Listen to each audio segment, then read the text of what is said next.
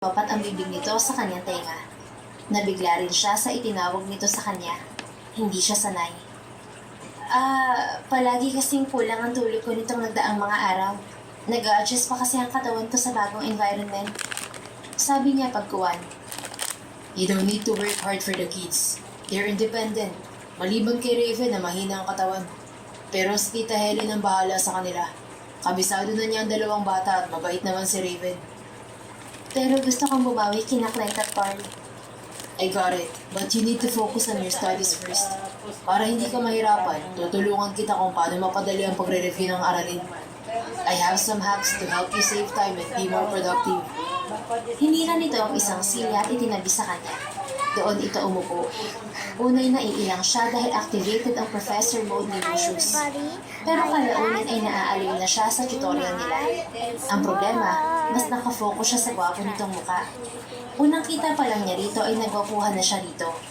Hindi naman niya akalain na ito pala ang ama ng mga anak niya. Sa libro ka tumingin, hindi sa mukha ko, Eliza. May makukuha ka bang sagot sa kakatitig sa akin? Sita ni Lucius sa kanya. Umayos naman siya ng upo at nag-focus na sa libro. Nalibang na si Lucius sa pagtuturo kay Eliza at hindi niya namalayan ng oras. Tumigil siya sa pagsasalita nang mapansing nakapikit na ang dalaga habang nakaupo at nakatingala. Eliza, nakikinig ka ba? Tanong niya. Wala itong imi kaya tumayo na siya at maingat na binuhat ang dalaga.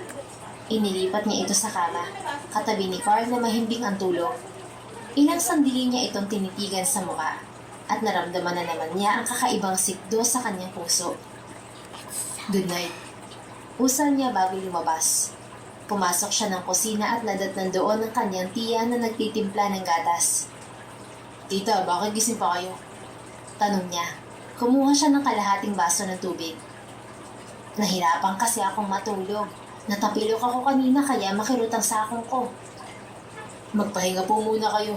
Linggo naman bukas at ipapasyal namin ng mga bata sa nanay ni Eliza. Oo nga, nabanggit din ni Eliza. Natutuwa ako at naging komportable rin siya dito. Sobrang sipag niya at maasikaso sa triplets.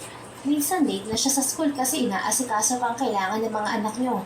3 bata pa naman at mabuti ay nilipat na sa school ni Clint si Raven.